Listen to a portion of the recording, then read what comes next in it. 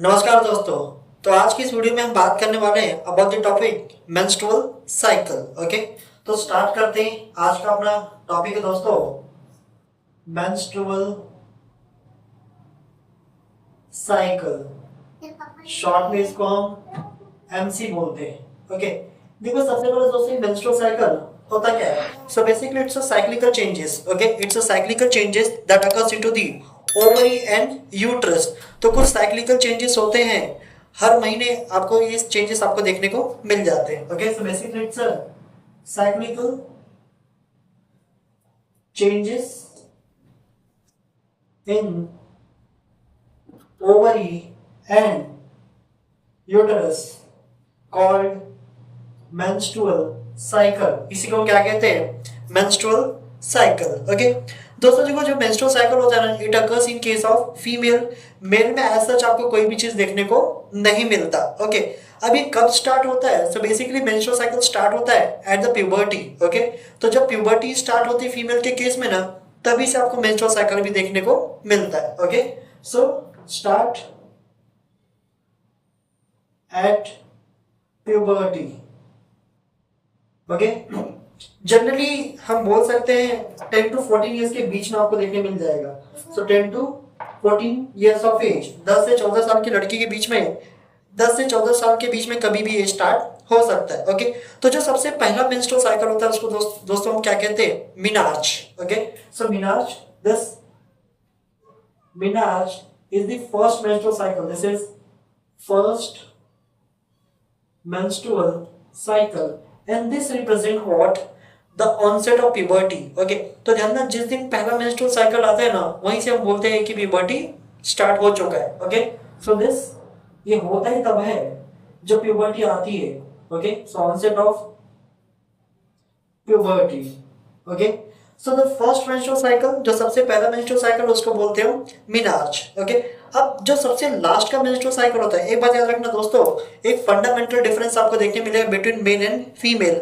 जो मेल्स होते हैं ना, males are reproductive throughout their life. Okay, तो जब तक मेल रहेगा इस धरती पे तब तक वो रिप्रोड्यूस कर सकता है, लेकिन फीमेल के केस में ऐसा नहीं होता है। फीमेल एक पर्टिकुलर एज तक की क्या होती है? रिप्रोड्यूस कर सकती है। तो जैसे मिनार्च होता है ना, जब मेंस्ट्रुअल साइकिल स्टार्ट होता है उसको बोलते हैं मिनार्च। ओके, लेकिन जब मेंस्ट्रुअल साइकिल स्टॉप हो जाता है उसको कहते हैं menopause. Okay, menopause basically this is nothing but the it's a cessation of menstrual cycle, cessation of menstrual cycle.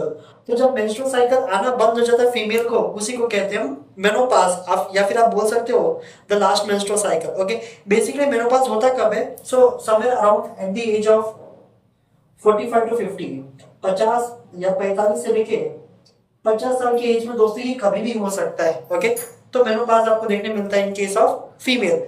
अब एक एवरेज बोले, ओके, नॉर्मली फीमेल का जो रिप्रोडक्टिव एज होता है, ध्यान देना, फ्रॉम मिनार्च टू मेनोपॉज, इसके बीच में फीमेल का जो भी एज होगा ना, दैट्स कॉल्ड रिप्रोडक्टिव एज। एक एवरेज बात करें, so average reproductive age female का होता है आपका 32 इयर्स का। ओके, हम मान के चलते 32 साल का जो होता है ना फीमेल का, एक एवरेज रिप्रोडक्टिव एज आपको देखने को मिल जाता है। और एक साल में दोस्तों, एक साल में फीमेल को टोटल 13 मेंस्ट्रुअल साइकिल आते हैं। Okay, so in a year, in 1 year, okay, there are almost around 13 menstrual cycle. So total 13 menstrual cycle आपको देखने मिलते हैं फीमेल के केस में।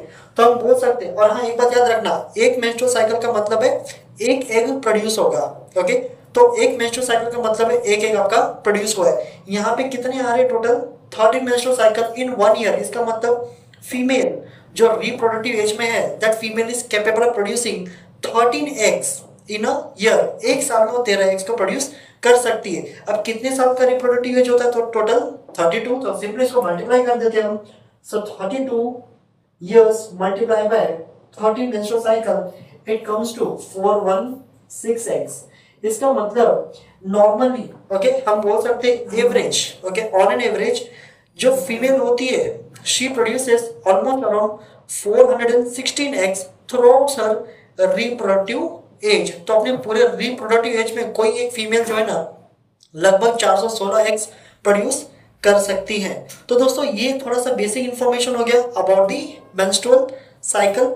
और मैं आपको इसे कुछ फेजेस के नाम बता देता हूँ, फिर हम चलेंगे ग्राफ से इसको समझेंगे, डायग्राम से हम इसको समझने की कोशिश करेंगे। ओके, ध्यान देना दोस्तों, ये जो मेंस्ट्रुअल साइकिल होता है it is very delicately balance by the hormones.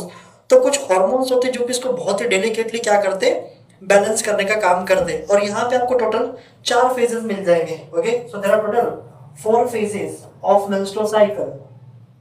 Okay, तो यहाँ पे 4 फेजेस होते हैं। अब कौन कौन से फेजेस है, तो फेजेस के नाम लिख देता हूं मैं। तो दोस्तों जो सबसे पहला फेज है आपको इधर, it's your bleeding phase, also called menstrual phase. Okay, तो जो सबसे पहला फेज है friend, menstrual phase, also called bleeding phase. Okay, अब इसका एक्सटेंशन कितना होता है मैं आपको आगे चल के बताऊंगा। सेकंड फेज जो होता है ना, that's called proliferative phase. Proliferative phase, P for phase.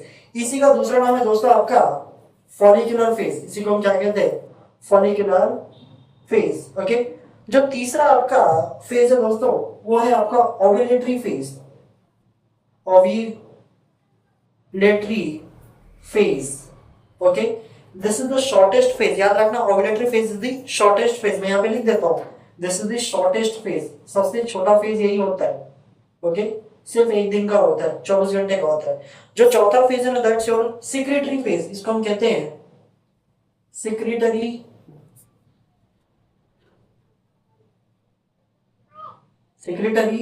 Phase. इसी का दूसरा नाम है दोस्तों luteal phase. This is also called luteal phase. Okay, याद रखना दोस्तों, ये जो आपका फेज है this is the longest phase of menstrual cycle. This one is the longest phase. ये सबसे बड़ा फेज होता है आपका मेंस्ट्रुअल साइकिल का। ओके, तो ध्यान देना, मेंस्ट्रुअल साइकिल टोटल 4 फेज में देखने मिल जाएगा आपको। First it's your menstrual phase, that's your bleeding phase. Okay, second phase है दोस्तों आपका proliferative phase, also called follicular phase. Third phase it's your ovulatory phase, this one is the shortest phase. सबसे छोटा phase यही होता है। Okay, चौथा phase है दोस्तों आपका secretary phase, and yes this is also called luteal phase, and this is the longest phase of the menstrual cycle. तो दोस्तों ये हो गया इसके बारे में जनरल इंफॉर्मेशन। अब हम देखते हैं इन सारे फेजेस के दौरान एग्जैक्टली क्या चलता है फीमेल की बॉडी में। ओके, तो मेरे को इसको पूरा इरेज करना पड़ेगा, उसके बाद मैं आपको इसको समझाऊंगा। ठीक है,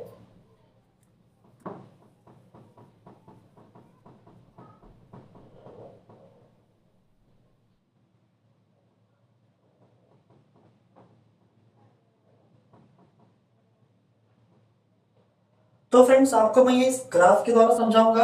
एक ग्राफ से मैं आपको समझाने की कोशिश करूंगा किस तरह से मेंस्ट्रुअल साइकिल फीमेल की बॉडी में काम करता है। ओके, तो देखो यहाँ पे मेरे को पूरा बोर्ड यूज करना पड़ेगा, अदरवाइज ये खत्म नहीं होगा, काफी बड़ा टॉपिक है। ठीक है, तो यहाँ पे मैं लिखता हूँ दोस्तों फेज। ओके, सबसे नीचे आएगा अपना फेज। ओके, फेजेस लिख देता हूं। इसके ऊपर आपका चेंजेस इन दी यूट्रस। तो ये जो सेकंड कॉलम है आपका दोस्तों, here this is your changes in uterus, यानी कि यूट्रस में क्या चेंजेस होते हैं। याद है आपको डेफिनेशन जब मैंने बताया, तो डेफिनेशन तभी मैंने आपको बताया basically it's a cyclical changes in the ovary in the uterus.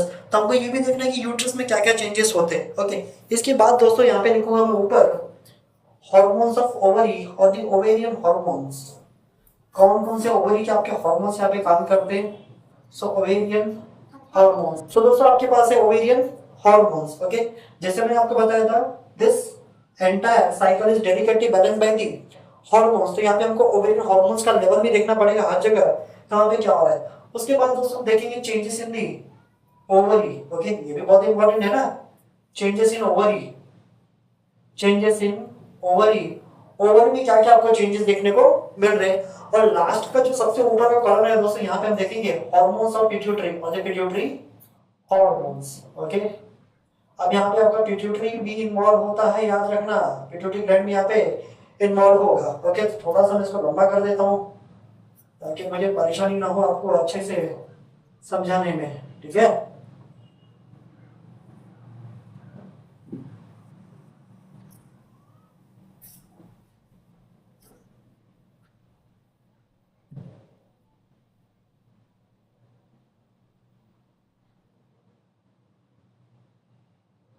Okay. तो दोस्तों देखो, सबसे पहले जो फेज मैंने आपको बताया, इट्स योर मेंस्ट्रुअल फेज। तो यहाँ पे लिख देता हूं मैं, here we have first phase, that's your menstrual phase. Okay, complete लिख देता हूं, मेंस्ट्रुअल फेज। जैसे मैंने आपको बताया दोस्तों, this is the first phase. Okay, and this phase last for 3 to 5 days. Okay, इसका जो एक्सटेंशन होता है, this phase last for 3 to 5 days. Okay, याद रखना दोस्तों, मैंने आपको बताया ये साइकिल है। ओके, अभी मेंस्ट्रुअल फेज स्टार्ट भी क्यों हुआ, ये स्टार्ट भी क्यों हुआ है, तो इसका रीजन है हार्मोन। कौन से हार्मोन? दो हार्मोन, एस्ट्रोजन एंड प्रोजेस्टेरॉन। एक बात याद रखना, ये जो ब्लीडिंग होता है मेंस्ट्रुअल फेज के दौरान, क्या होता है बेसिकली ब्लीडिंग। तो यहाँ पे बहुत सारा जो ब्लड है ना, there is a loss of blood. अब ब्लड लॉस क्यों होता है वो हम अभी जस्ट देखेंगे। तो इस फेज के दौरान क्या होता है, देयर इज अ ब्लीडिंग। अब ब्लीडिंग क्यों होता है, तो जैसे मैंने आपको बताया, दो हार्मोन्स एस्ट्रोजन एंड प्रोजेस्टेरॉन, इनका लेवल क्या होता है, आपका डिक्लाइन होता है। ओके, लेवल डिक्लाइन होगा किसका, आपका एस्ट्रोजन प्रोजेस्टेरॉन का, वो भी हम देखें। तो थोड़ा बेसिक इन्फॉर्मेशन लिख दो, तो यहाँ पे क्या क्या होता है। So first of all, this phase last for 3 to 5 days, 3 से 5 दिन तक ये फेज आपका चलता है। बाकी इस दौरान क्या होता है दोस्तों, ये there is a collapse of endometrium, collapse of endometrium. तो एंडोमेट्रियम पूरा कोलैप्स हो जाएगा। इसी के साथ जो आपका एंडोमेट्रियल ग्लैंड है, so collapse of endometrium and endometrial gland, endometrial glands. Okay, endometrial glands मतलब जो यूट्राइन ग्लैंड्स होती है, वो भी इसके साथ में चली जाती है। इसके अलावा दोस्तों blood loss. Okay, loss of blood,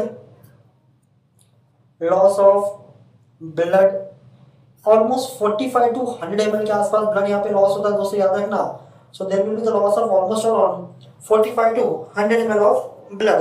तो यहाँ पे ब्लड लॉस भी आपको देखने को मिलता है। अब ये सब क्यों हो रहा है, इसका मेन रीजन है आपका वहां पे एकदम एंड में देखो, जब यहाँ पर आएगा ना, तब आपको समझेगा कि ये स्टार्ट क्यों होता है, क्योंकि साइकिल है, कहीं ना कहीं जाके ये लूप बनाएगा। ठीक है, तो ये सारी चीजें देखो आपको देखने मिलती है। अब मैं आपको थोड़ा बताता हूँ चेंजेस इन यूट्रस। यूट्रस में यहाँ पे क्या क्या चेंज होंगे। ओके, तो देखो यूट्रस में आपको कुछ इस तरह के चेंजेस देखने मिलेंगे, क्योंकि ब्लड लॉस हो रहा है। अब एग्जैक्टली ब्लड लॉस क्यों हो रहा है ना, तो जो आपका एंडोमेट्रियम, देखो यहाँ पे collapse of endometrium. So this is the endometrium which collapse. Okay, endometrium क्या होता है दोस्तों, आपका पूरी तरह से कोलैप्स हो जाता है। And the thickness of endometrium decrease, इसका थिकनेस भी कम हो जाता है। And here the thickness is almost around only 1 mm। Okay, ध्यान देना लास्ट के फेज में ना आपका जो थिकनेस होता है endometrium, it is 8 to 10 millimetre. लेकिन जब ब्लीडिंग फेज स्टार्ट हो जाएगा, मेंस्ट्रुअल फेज आपका स्टार्ट हो जाएगा, तो पूरा एंडोमेट्रियम कोलैप्स हो जाता है और उसका थिकनेस एकदम से कम हो जाता है। ओके, यहाँ पे हम लिख देते हैं। ओके,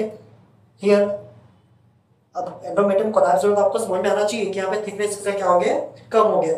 लेकिन यहाँ पे दोस्तों एक चीज और मैं आपको बताना चाहूंगा कि यहाँ पे ब्लड लॉस होता है ना, but there is a loss of blood, but there is no clot of blood. यहाँ पे ब्लड जमता नहीं है। सबसे बड़ा क्वेश्चन कि आपकी आखिर ब्लड जमता क्यों नहीं है। नॉर्मली क्या होता है, अगर कहीं पे भी हमारा कट लग जाता है ना, okay, if there is any kind of loss of blood, at that time blood clot, हमारे बॉडी में ब्लड क्लॉट हो जाता है। ठीक है, लेकिन फीमेल की बॉडी में इतना ब्लड लॉस हो रहा है, लेकिन ये ब्लड क्लॉट क्यों नहीं हो रहा, तो इसका रीजन है केमिकल।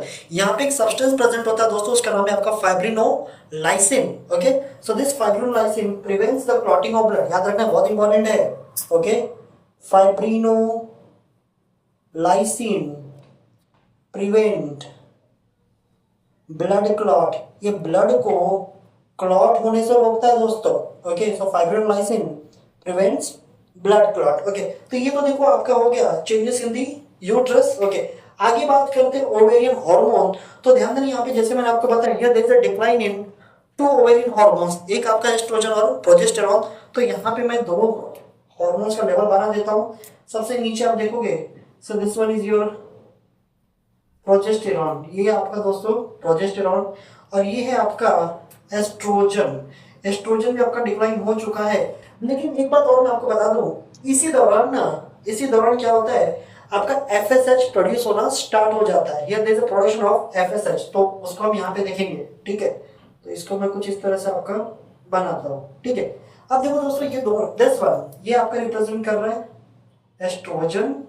ओके, ये रिप्रेजेंट कर रहा है आपका प्रोजेस्टेरॉन। तो ब्लैक वाला जो रिप्रेजेंट कर रहा है आपका दोस्तों, ये प्रोजेस्टेरॉन को रिप्रेजेंट कर रहा है। Okay, now see what is happening in the ovary. अब ओवरी में क्या चल रहा है। ओके, देखो ओवरी में क्या हो रहा है ना, क्योंकि अब एंडोमेट्रियम कोलैप्स हो गया, इसका मतलब नया साइकिल स्टार्ट होगा। तो इसी दौरान ना मैंने आपको बताया कि जब एस्ट्रोजन और प्रोजेस्टेरॉन का लेवल फॉल होता है ना, okay, at that time there is a hormone, एक हार्मोन है आपका, उसको बोलते हैं एक्टिविन। एक्टिविन क्या करता है ना, एक्टिविन जाके इंड्यूस करेगा पिट्यूटरी को for the production of what, FSH. अब यहीं से आपका एफएसएच प्रोडक्शन भी क्या हो गया, स्टार्ट हो चुका है। तो थोड़ा सा यहाँ पे एफएसएच का लेवल आपको हाई देखने मिलता है। यहीं पे आपका दोस्तों थोड़ा सा जो है ना एफएसएच का लेवल इनिशियली तो कम ही रहेगा, but here slightly there is increase in level of what, FSH का लेवल आपका मैंने बढ़ता हुआ आपको दिखा दिया, ठीक है। क्योंकि सॉरी ये इसको इधर दिखाना दोस्तों, यहाँ पे आपका जो एफएसएच का लेवल है ये बढ़ेगा, ठीक है। अब क्योंकि आपका एफएसएच का लेवल बढ़ गया ना, दैट मींस इसी दौरान बहुत सारे आपके जो प्रीमोर्डियल फॉलिकल्स होते हैं, तो यहाँ पे देखो छोटे छोटे मैं बता रहा हूँ, these are the primordial follicles, याद रखना friends, these are the primordial follicles. अब क्या होता है, कुछ आपके primary follicle they changes into the primary follicles, okay, तो ये मैंने आपको बना दिया प्राइमरी फॉलिकल्स, ओके। अब कुछ प्राइमरी फॉलिकल्स आपके चेंज हो जाते हैं इनटू दी सेकेंडरी फॉलिकल्स। ये किसमें कन्वर्ट हो जाएंगे, आपके सेकेंडरी फॉलिकल्स में। तो ध्यान रखना दोस्तों, ये आपका है, this one is your primordial follicle, ये आपके primary follicle, this one is your secondary follicle, ये क्या आपका दोस्तों सेकेंडरी फॉलिकल। अगर आपको याद होगा मैंने तभी बताया था secondary follicle is a very important structure.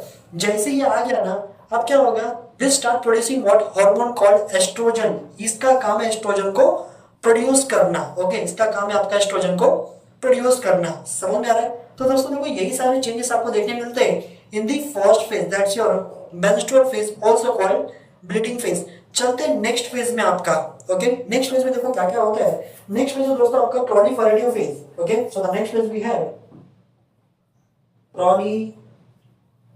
Proliferative phase. अब देखो इस प्रोलिफरेटिव फेज के दौरान क्या होता है, थोड़ा सा मैं इसको प्रॉपर कर देता हूं, सेपरेट कर देता हूं, ओके।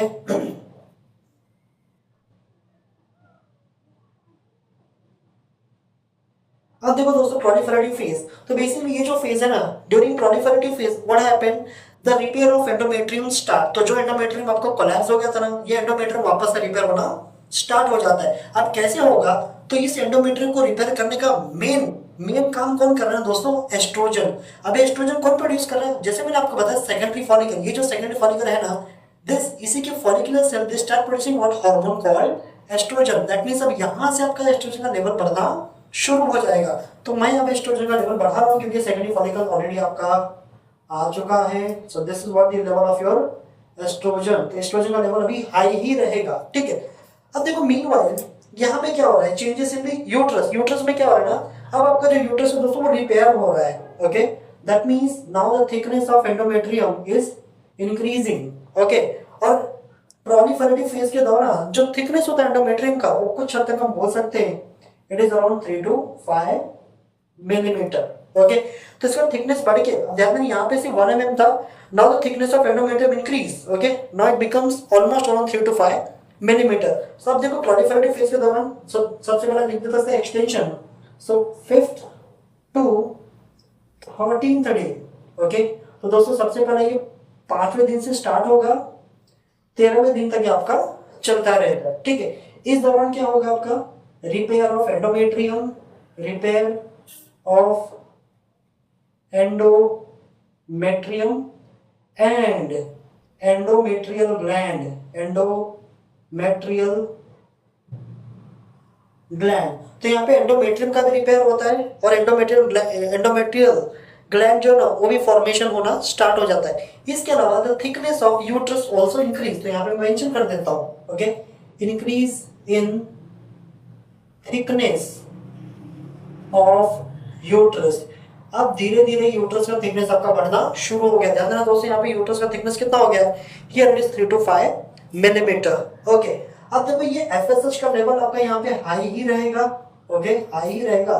क्योंकि एफएसएच का लेवल हाई है ना, तो ये आपका फॉलिकल डेवलपमेंट रुकने वाला नहीं है, फॉलिकल डेवलप होता ही रहेगा। तो जैसे मैंने आपको बताया secondary follicle, now it turns into the tertiary follicle. मैंने आपको बताया कि यहाँ पे टर्शियरी फॉलिकल्स भी आपको देखने मिलेगा दोस्तों, okay. So this is what your tertiary follicles, and finally this tertiary follicle get changes into the, okay, यही आपका जो टर्शरी फॉलिकल, मैं यहाँ पे लिख देता हूँ, this one is your tertiary follicle. अब यही आपका टर्शरी फॉलिकल फ्रेंड्स चेंज हो जाएगा into the mature follicle. Okay, अब आपका जो फॉलिकल है दोस्तों मैच्योर हो चुका है, and this becomes your Graafian follicle. ये क्या बन गया दोस्तों आपका ग्राफियन फॉलिकल। तो यहाँ पे मैं अच्छे से ड्रॉ कर देता हूँ, this is your secondary oocyte। Okay, तो दोस्तों ये है आपका ग्राफियन फॉलिकल। समझ में आ रहा है? तो ये सारा जो डेवलपमेंट आपको दिख रहा है ना, फॉलिकुलर डेवलपमेंट, ये सब किसके अंडर में हो रहा है? Under the hormone called FSH. तो याद रखना दोस्तों, ये जो दिख रहा है, this one is your FSH, follicle stimulating hormone. तो इसका लेवल यहाँ पे भी हम थोड़ा सा हाई ही रखेंगे, ठीक है। कुछ डाउट है आपको यहाँ पे? अब देखो यहाँ पे ये जो है ना प्रोजेस्टेरॉन, इसका लेवल दोस्तों अभी भी लो ही रहेगा। इसका लेवल अभी भी क्या रहेगा आपका? लो रहेगा। एस्ट्रोजन का लेवल अभी आपका हाई ही रहने वाला है, ये लो होने वाला अभी नहीं है। ओके, अब देखो नेक्स्ट आपका जो स्टूडेंट, नेक्स्ट जो फेज है आपका, that's your ovulatory phase. This is your ovulatory phase. जैसे मैंने आपको बताया friend, this is the shortest phase, ये आपका शॉर्टेस्ट फेज होता है। हम मान के चलते हैं कि जो स्टैंडर्ड ड्यूरेशन होता है मेंस्ट्रुअल साइकिल का, वो 28 दिन का होता है, 28 डेज का होता है। और मैंने आपको पहले ही बताया, जो ओव्यूलेशन होता है ना, it occurs in the middle of the cycle, cycle के मिडल में होता है। अगर ये 28 दिन का है, इसका मतलब 14th डे को क्या होगा आपका? ओव्यूलेशन होगा। तो आप देख सकते हो 3 to 5th day, 5th to 13th day, अब ये हो गया आपका 14th डे। तो इस ये कभी होता है दोस्तों आपका 14th डे। ये बहुत इंपॉर्टेंट होता है। इस दौरान क्या होता है ना, ये देयर इज ओव्यूलेशन। ओव्यूलेशन का मतलब आपको पता होना चाहिए, that means there will be rupturing of Graafian follicle. Graafian follicle rupture होगा, इसमें से सेकेंडरी oocyte निकल के बाहर आ जाएगा, ठीक है। अब देखो यहाँ पे ना कुछ आपको हार्मोनल चेंजेस देखने को मिलेंगे। अब यहाँ पे क्या होता है, ऑन दी 14th डे, मैं थोड़ा इसको अच्छे से बना देता पूरा, ये फिर आपको समझाता हूँ। ओके, यहाँ पे एक नया हार्मोन भी आपको देखने मिलेगा, तो मैं यहीं से उसको घसीटूंगा दोस्तों। बस ये जो ब्लू कलर का लाइन आपको दिख रहा है ना, दिस इज योर एलएच, ये आपका luteinising hormone, this is your luteinising hormone. Okay, तो ध्यान देना दोस्तों, on the 14th day what happened, there is a LH surge, यानी कि जो ल्यूटेनाइजिंग हार्मोन है ना, वो अपने एकदम पीक पे चला जाता है। So this is the 14th day. तो 14th डे पे ना दोस्तों, ये ल्यूटेनाइजिंग हार्मोन क्या होता है, एकदम से अपने पीक पे चला जाता है। ओके, और थोड़ा सा पीक आपको देखने मिलता है, छोटा सा peak in case of FSH also. समझ में आ रहा है क्या? ओके, तो ये जो आपको दिख रहा है this peak, this is called LH surge. इसको हम क्या कहते हैं दोस्तों? LH surge. Okay, LH surge का मतलब होता है द पीक। ओके, जिस दिन एलएच अपने पीक पर आएगा ना, उसी दिन क्या होता है ना, ओव्यूलेशन होता है। That means the secondary oocyte will comes out from the Graafian follicle. अब देखो, क्योंकि एलएच अपने एकदम पीक पे चला गया है, now this Graafian follicle will rupture. तो मेरे को इसका रप्चर करना पड़ेगा दोस्तों। सो this is what the rupture Graafian follicle. Okay, Graafian follicle rupture हो गया, इससे क्या बाहर आ गया? So secondary oocyte, this is what the secondary oocyte। तो दोस्तों ये है आपका rupture Graafian follicle, and this one is the secondary oocyte। ये आपका सेकेंडरी oocyte, मतलब आपका ओव्यूलेशन हो चुका है। ओके, अब देखो इस दौरान, अब इसमें कोई ज्यादा मेजर चेंजेस नहीं होते इसके थिकनेस में, क्योंकि एक ही दिन की बात है, तो क्या ही इतना चेंज होगा, ठीक है। बाकी आपका जो प्रोजेस्टेरॉन का लेवल है दोस्तों, यहाँ पे भी आपको लो ही मिलेगा। ओके, और यहाँ पे एस्ट्रोजन का लेवल भी आपको हाई ही देखने मिलेगा, ठीक है। एस्ट्रोजन का लेवल अभी डिक्लाइन होने वाला नहीं है, इतना समझा आपको। अब देखो इस दौरान जैसे मैंने बोला आपका ओव्यूलेशन हो गया। ओके, ओव्यूलेशन आपका ऑलरेडी हो चुका है। अब इसमें एक चीज और आपको बताना चाहूंगा कि बहुत सारे फीमेल में ना दोस्तों, बहुत सारी फीमेल इसको फील कर सकती है। ओके, जब भी ओव्यूलेशन होता है ना, तो यहाँ पे कभी कभी बहुत सारी फीमेल्स को ना बहुत सीवियर पेन आपको देखने मिलता है into the abdominal region. Okay, so some time in case of some females, सारी फीमेल्स में नहीं होता ये, लेकिन बहुत सारी फीमेल इसको फील कर सकती है। ओके, सो इसी दौरान में दोस्तों आपको एब्डोमिनल पेन भी देखने मिल सकता है। Causes abdominal pain. तो दोस्तों यहाँ पे इस दौरान दर्द भी आपको देखने को मिल जाता है into the abdomen region. Okay तो बहुत सारे फीमेल इसको फील कर सकती है कि उनके बॉडी में ओवुलेशन हो चुका है। ओके अब देखो दोस्तों नेक्स्ट और लास्ट आपका जो फेज है that's your secretory phase. Okay secretory phase. Okay अब दोस्तों देखो इस फेज के दौरान क्या होगा, so this is the last phase of the menstrual cycle and as I said this is the longest phase, ये आपका सबसे लंबा फेज भी देखने को मिल जाता है। ठीक है दिस फेज ओके फ्रॉम 15 इसका एक्सटेंशन की बात करें 15 टू 28th डे। ओके अब यहाँ पे कुछ इंपॉर्टेंट चीजें आएगी। देखो अब इस दौरान क्या होता है, सबसे पहला समझो एक ग्रेफिन फॉलिकल आपका रप्चर हो गया, सेकेंडरी oocyte बाहर आ गया। मैंने आपको पहले ही बताया upon rupturing of Graafian follicle the remaining mass of the Graafian follicle, इससे क्या बन जाएगा दोस्तों, it forms a next structure, इससे एक अलग स्ट्रक्चर बन जाएगा, उसका नाम है कॉर्पस ल्यूटियम। तो यहाँ पे ये जो आपका ग्रेफिन फॉलिकल रप्चर होता है ना, ध्यान देना इसमें चेंजेस इन ओवरी, ये आपका ग्रेफिन फॉलिकल चेंज हो गया दोस्तों इनटू द कॉर्पस ल्यूटियम। तो ये बन गया फ्रेंड आपका corpus luteum, this is your corpus luteum. अब कॉर्पस ल्यूटियम बहुत इंपॉर्टेंट रोल प्ले करता है। ध्यान देना दोस्तों जो कॉर्पस ल्यूटियम है ना, this corpus luteum start producing next hormone. अब ये एक हार्मोन बनाना स्टार्ट कर दिया, कौन सा, प्रोजेस्टेरॉन। तो ये जो दिख रहा है आपको ब्लैक वाला लाइन, अब तक तो एकदम फ्लैट था। फ्लैट क्यों था, क्योंकि भैया कॉर्पस ल्यूटियम नहीं आया था, क्योंकि कॉर्पस ल्यूटियम ही क्या करता है ना, इस प्रोजेस्टेरॉन को प्रोड्यूस करने का काम करता है। अब यहाँ पे क्या आएगा आपका, इस हार्मोन का लेवल शूट हो जाएगा, यानी कि ऊपर की तरफ आएगा। समझ में आया क्या? So there is increase in level of what, production of, or you can say as soon as there is a formation of corpus luteum, this corpus luteum start producing a hormone called progesterone। इसी वजह से दोस्तों यहाँ पे जो progesterone का level आपका एकदम हाई हो जाता है। और ये कॉर्पस ल्यूटियम ही क्या कर रहा है अभी इस टाइम, एस्ट्रोजन को भी प्रोड्यूस कर रहा है। तो यहाँ पे एस्ट्रोजन का लेवल आपका हाई ही रहेगा, इसको आपको लो नहीं दिखाना है। तो ये आपका एस्ट्रोजन का लेवल दोस्तों अभी भी क्या है, हाई है। समझ में आया? लेकिन अब यहाँ पे कुछ चेंजेस होंगे। अब आपके पिट्यूटरी हार्मोन में दोस्तों क्या होगा, आपको चेंजेस आपको देखने मिलेंगे। जैसे क्या चेंजेस मिलेगा ना, जैसे याद है मैंने आपको बताया था यहाँ पे एफएसएच को प्रोड्यूस करने के लिए एक हार्मोन आया था आपका एक्टिविन, वैसे एफएसएच को रोकना जरूरी है। अब एफएसएच को रोकना जरूरी क्यों है, क्योंकि अगर एफएसएच का लेवल हाई रहेगा ना तो वापस से ये प्रीमोर्डियल फॉलिकल को चेंज कर देगा इनटू द ग्राफियन फॉलिकल। अगर एक और ग्राफियन फॉलिकल बन जाएगा इसका मतलब एक और सेकेंडरी oocyte आ जाएगा, और जब दो सेकेंडरी oocyte आ जाएंगे तो पॉसिबल है कि फीमेल की बॉडी में जुड़वा बच्चे हो जाए, क्योंकि मेल जो है 400 मिलियन स्पर्म रिलीज करता है एक इजैकुलेशन में। इसका मतलब वो स्पर्म काफी है दो फीमेल गैमेट्स को फर्टिलाइज करने के लिए। सो टू अवॉइड पॉलीएम्ब्रियोनिक कंडीशन को अवॉइड करने के लिए दोस्तों यहाँ पे एक हार्मोन है दैट्स योर इनहिबिन। आपको याद होगा जब मैंने ओवरी के बारे में पढ़ाया था, मैंने आपको बताया था ओवरी 5 हार्मोन प्रोड्यूस करता है, estrogen, progesterone, activin, inhibin and relaxin. Relaxin का काम प्रेगनेंसी के एंड में होएगा। यहाँ पे आपको एक्टिविन इनहिबिन का काम देखने को मिल रहा है। तो एक्टिविन एफएसएच को प्रोड्यूस करने में मदद करता है। इनहिबिन क्या करेगा ना, now this inhibin will stop the production of FSH. Inhibin inhibit the production of FSH, यानी कि दोस्तों एफएसएच का लेवल भी क्या हो जाएगा आपका, डिक्लाइन हो जाएगा। वैसे ही आपका ये जो एनएच का लेवल है दोस्तों, ओके, ये भी कुछ हद तक आपको स्टेबल या फिर डिक्लाइन आपको देखने को मिलेगा। ओके, आई थिंक आपको यहाँ तक समझ में आया होगा। ओके, अब देखो आगे क्या होने वाला है, थोड़ा सा हम सिक्रेटरी फेज में बात करते हैं। यहाँ पे हमको दो अलग अलग एस्पेक्ट में बात करना है। ओके, अब देखो सिक्रेटरी फेज में क्या हो सकता है, दो चीजें हो सकती है। अब एक सेकेंडरी oocyte प्रोड्यूस होना दोस्तों, या तो ये फर्टिलाइज होगा या तो फर्टिलाइज नहीं होगा।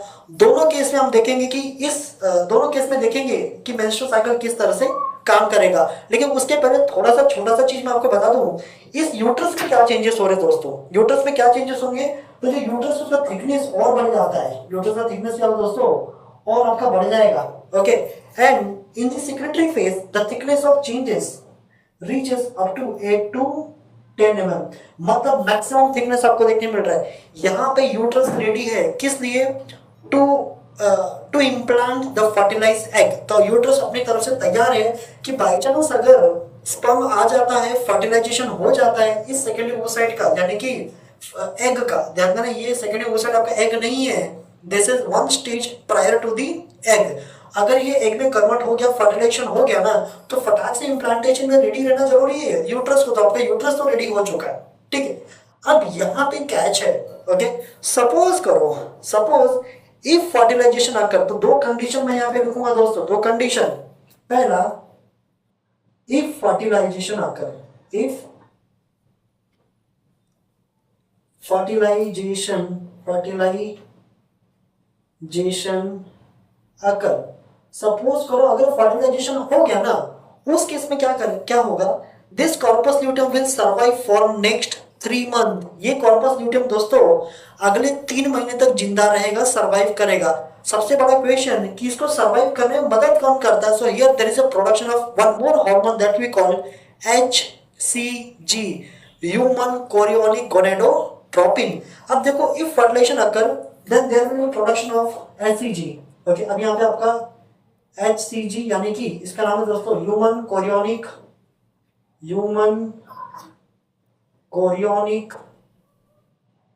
गोनेडोट्रोपिन हार्मोन, इसका प्रोडक्शन होगा। अब आप बोलोगे सर ये कहां से प्रोड्यूस होगा? तो ये प्रोड्यूस होता है, फर्टिलाइजेशन तो हो ही चुका है ना, तो एक सेल होता है दोस्तों ट्रोफोब्लास्ट, ओके। ट्रोफोब्लास्ट सेल क्या करते हैं ना, वही HCG को प्रोड्यूस करने का काम कर दे, और ये HCG क्या करेगा, this HCG will maintain corpus luteum. इसी का काम है मेंटेनेंस ऑफ कॉर्पस ल्यूटियम, याद रखना, मेंटेन कॉर्पस ल्यूटियम। सबसे बड़ी बात, कॉर्पस ल्यूटियम मेंटेन करना जरूरी क्यों है दोस्तों? तो इसका रीजन है ये कॉर्पस ल्यूटियम ही है जो कि प्रोजेस्टेरोन को प्रोड्यूस कर रहा है। जब तक प्रोजेस्टेरोन हाई होगा तब तक ही प्रेगनेंसी मेंटेन रहेगी। समझ में आ रहा है क्या? तो प्रेगनेंसी मेंटेन तब तक ही रहता है जब तक प्रोजेस्टेरोन का लेवल हाई है, इसलिए HCG का आना बहुत जरूरी है। और ध्यान देना, ये जब आपने देखा रहेगा कि वो एक किट आता है जिससे प्रेगनेंसी टेस्ट किया जाता है, प्रेगनेंसी हुआ है कि नहीं हुआ, तो बेसिकली वो किट किसको डिटेक्ट करता है? इस HCG को ही डिटेक्ट करता है। ध्यान देना, जो प्रेग्नेंट फीमेल होगी ना, उसके यूरिन में ना ये थोड़ी थोड़ी मात्रा में रिलीज होता रहता है, तो इसके लिए यूरिन टेस्ट करके इस HCG को डिटेक्ट किया जा सकता है किसी भी प्रेग्नेंट फीमेल में। अगर डिटेक्ट हो गया इसका मतलब दैट फीमेल इज प्रेग्नेंट, अगर डिटेक्ट नहीं हुआ इसका मतलब female is not pregnant, okay. समझा आपको? तो ये तो पहला सिनेरियो हो गया, if there is a fertilisation, अगर फर्टिलाइजेशन हुआ तो। दूसरा देखो दोस्तों, इफ नो फर्टिलाइजेशन, दूसरा सीन ये भी हो सकता है ना, इफ नो फर्टिलाइजेशन, अगर फर्टिलाइजेशन नहीं हुआ उस केस में क्या होगा? सिंपल, उस केस में this corpus luteum changes into the next structure. अब जैसा आपने देखा रप्चर ग्राफ्टिन फॉलिकल से बन गया कॉर्पस ल्यूटियम। अगर फर्टिलाइजेशन हुआ तो 3 महीने तक जिंदा रहेगा, बढ़िया एकदम मस्त, 3 महीने तक प्रोजेस्टेरोन का लेवल को हाई रखेगा, प्रेगनेंसी मेंटेन करेगा। उसके बाद तो आपका प्लेसेंटा वेसेंटा बन जाएगा जो कि आराम से प्रेगनेंसी को 9 महीने तक घसीट लेता है। अब देखो अगर फर्टिलाइजेशन नहीं हुआ उस केस में this corpus luteum gets degenerate, okay. ये आपका डीजनरेट हो जाएगा and it get changes into the white star. तो दोस्तों ये आपका कॉर्पस ल्यूटियम क्या हो गया? आपका degenerate, and upon degeneration it forms the next structure that call corpus albicans. इसको बोलते हैं दोस्तों corpus albicans, which is nothing but the degenerating white scar of corpus luteum। तो corpus luteum में degenerate होकर क्या बन गया? आपका corpus albicans। क्योंकि corpus albicans आपका बन चुका है, इसका मतलब corpus luteum नहीं रहा। जब corpus luteum ही नहीं रहा तो कौन प्रोड्यूस करेगा प्रोजेस्टेरोन को? कौन प्रोड्यूस करेगा एस्ट्रोजन को? इसका मतलब there will be the decline in the level of progesterone। दोस्तों प्रोजेस्टेरोन का लेवल गिरेगा, प्रोजेस्टेरोन का लेवल नहीं गिरेगा। मैंने आपको बताया यही कॉर्पस ल्यूटियम है जो कि सिर्फ प्रोजेस्टेरोन नहीं एस्ट्रोजन भी प्रोड्यूस कर रहा था। That means there will be decline in the level of what?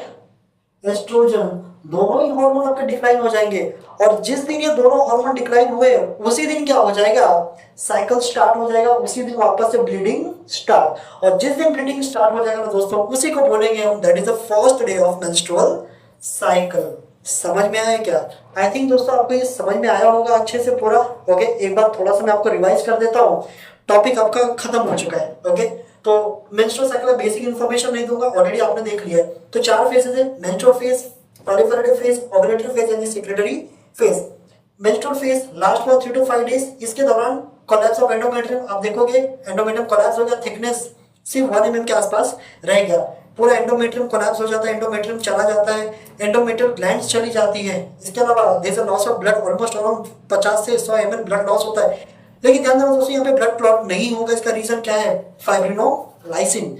अब यूट्रस में क्या चेंज होगा आपने देख लिया। ओवेरियन हार्मोन्स तो आपका मैंने दिखा नहीं था, आपका प्रोजेस्टेरॉन गिरा, एस्ट्रोजन गिरा, तो दोनों यहाँ पे गिरे हैं, दिख रहा है? एस्ट्रोजन भी फ्लैट है, प्रोजेस्टेरॉन भी आपका फ्लैट है। इसके लिए तो ब्लीडिंग हुआ, अगर ये हाई रहता तो ब्लीडिंग नहीं होता, ठीक है। अब यहाँ पे साइमल्टेनियसली ओवरी में क्या चेंजेस हो रहे हैं दोस्तों? क्योंकि एस्ट्रोजन प्रोजेस्टेरॉन डिक्लाइन हो गया ना, अब पॉजिटिव फीडबैक मिल गया किसको? एफएसएच को। पिट्यूटरी को गया फीडबैक, पिट्यूटरी फटाक से एफएसएच बनाना स्टार्ट कर देगा। अब एफएसएच आ गया, अब एफएसएच के काम ही फॉलिकल स्टिमुलेटिंग हार्मोन, ये फॉलिकल बनाने वाला हार्मोन है, इसके इसका नाम है फॉलिकल स्टिमुलेटिंग हार्मोन। तो प्री मॉडल फॉलिकल से बनेगा प्राइमरी फॉलिकल, प्राइमरी से बनेगा सेकेंडरी फॉलिकल, और ये सेकेंडरी फॉलिकल मैंने बताया यहाँ से आपका एस्ट्रोजन प्रोड्यूस होना स्टार्ट हो जाएगा। तो देखो एस्ट्रोजन का लेवल क्या हुआ दोस्तों? धीरे धीरे हाई होना स्टार्ट हो गया, ठीक है। नेक्स्ट फेज में आ गया हम प्रोलिफरेटिव फेज। इस दौरान आपका प्रोलिफरेशन होता है किसका? यूट्रस का, यानी कि आपका जो एंडोमेट्रियम पूरा रिपेयर होना स्टार्ट हो जाएगा। एक्सटेंशन में बात करें तो 5वें से 13वें दिन तक ये चलता है, repair of endometrium, endometrium gland, और यहाँ पे थिकनेस काफी हद तक बढ़ जाएगा। मीनवाइल ओवेरियन हार्मोन्स में एज सच कोई चेंजेस आपको मिलेंगे नहीं, प्रोजेस्टेरॉन आपका फ्लैट ही होगा, और एस्ट्रोजन जो है आपका हाई ही बना रहेगा, क्योंकि सेकेंडरी फॉलिकल ही आपका बनाना शुरू कर दिया, तो धीरे धीरे बढ़ता रहेगा और फाइनली अपने पीक पे चला जाता है, ठीक है। हाँ, अब देखो ओवर में क्या चेंजेस हो रहे हैं। Secondary follicle changes into the tertiary follicle, tertiary से बन जाएगा आपका Graafian follicle. This represent what? Mature follicle. मतलब 13वां दिन आ चुका है, अब 14वें दिन में एंटर करने वाले हैं। That means now we are going to enter in the shortest phase, that's your ovulatory phase, okay. अब देखो ओव्यूलेटरी फेज के दौरान दोस्तों यहाँ पे एक इंपॉर्टेंट हार्मोन आपका नया आने वाला, that's your NH, okay. On the 14th day what happened? LH अपने पीक पे चला जाता है, और उस एलएच जो पीक पे गया उसको हम बोलते हैं एलएच सर्ज। जिस दिन एलएच सर्ज होगा ना दोस्तों, उसी दिन ग्रेफिन फॉलिकल क्या हो गया आपका? रप्चर। सेकेंडरी oocyte बाहर, सेकेंडरी oocyte आपका बाहर। बाकी इसके थिकनेस में ऐसा कोई ज्यादा चेंजेस आपको देखने को मिलेगा नहीं, ठीक है। तो ये शॉर्टेस्ट फेज है, एक ही दिन का फेज होता है। चलते हैं नेक्स्ट फेज में, आपका सेक्रेटरी फेज। ये आपका 15 से 28 दिन, this is the longest phase of the menstrual cycle. इस दौरान डेफिनेटली आपका यूट्रस का थिकनेस मैक्सिमम हो जाता है, 8 से 10 mm के आसपास इसका थिकनेस बढ़ जाता है। प्लस प्रोजेस्टेरॉन का लेवल बढ़ना शुरू होगा, इनफैक्ट हाई हो जाता है। क्यों हाई हो गया? मैंने बताया, ये जो ग्रेफिन फॉलिकल रप्चर हुआ है, अब ये बदल गया आपका किसमें? कॉर्पस ल्यूटियम में। Corpus luteum start producing hormone called progesterone. Progesterone is the only hormone which come before pregnancy, इसके लिए इसका नाम है प्रोजेस्टेरॉन। जेस्टेशन का मतलब प्रेगनेंसी, प्रो मींस फर्स्ट, तो ये जेस्टेशन से पहले आ जाता है, इसके लिए इसका नाम है प्रोजेस्टेरॉन, ये याद रखना। तो ये प्रेगनेंसी संभालने के लिए पहले से आके रेडी है कि भैया अगर प्रेगनेंसी हुई तो मैं यहाँ पे हूँ, टेंशन लेने की जरूरत नहीं है, ठीक है। अब दो चीज मैंने आपको बताया, यहाँ पे दो चीज हो सकती है, दो कंडीशन हो सकती है। अगर फर्टिलाइजेशन हुआ तब तो आपका कार्पस ल्यूटियम जिंदा रहेगा फॉर नेक्स्ट 3 मंथ। इसको जिंदा रखने का काम किसका है? So there will be the production of another hormone that's HCG, human chorionic gonadotropin. ये कौन प्रोड्यूस कर रहा है? तो जो ट्रोफोब्लास्ट सेल्स है, अब आपको ट्रोफोब्लास्ट सेल्स अभी समझ में नहीं आएगा, जब हम डेवलपमेंट पढ़ेंगे तब पता चलेगा क्या चीज होता है। तो वही ट्रोफोब्लास्ट सेल क्या करता है दोस्तों? एचसीजी को प्रोड्यूस करेगा, कार्पस ल्यूटियम को मेंटेन करेगा फॉर नेक्स्ट 3 मंथ, और 3 महीने बाद तो प्लेसेंटा डेवलप हो जाएगा, वो प्रेगनेंसी को पूरा कंटिन्यू करेगा, ठीक है। बट इन केस अगर फर्टिलाइजेशन नहीं हुआ ना, उस केस में दोस्तों क्या होगा? Your corpus luteum will degenerate and changes into the corpus albicans, and this corpus albicans does not produce progesterone or estrogen। अब लेवल क्या होगा दोस्तों? आपका डिक्लाइन हो जाएगा, प्रोजेस्टेरॉन भी गिरा, एस्ट्रोजन भी गिरा। जिस दिन प्रोजेस्टेरॉन एस्ट्रोजन गिरा उसी दिन bleeding start, that means the menstrual cycle will start, okay. तो दोस्तों यही था आपका पूरा मेंस्ट्रुअल साइकिल। आई थिंक आपको अच्छे से समझ में आया होगा। So that's all for today's video दोस्तों, ओके। मिलते हैं अगले वीडियो में नए टॉपिक के साथ, तब तक के लिए जय हिंद।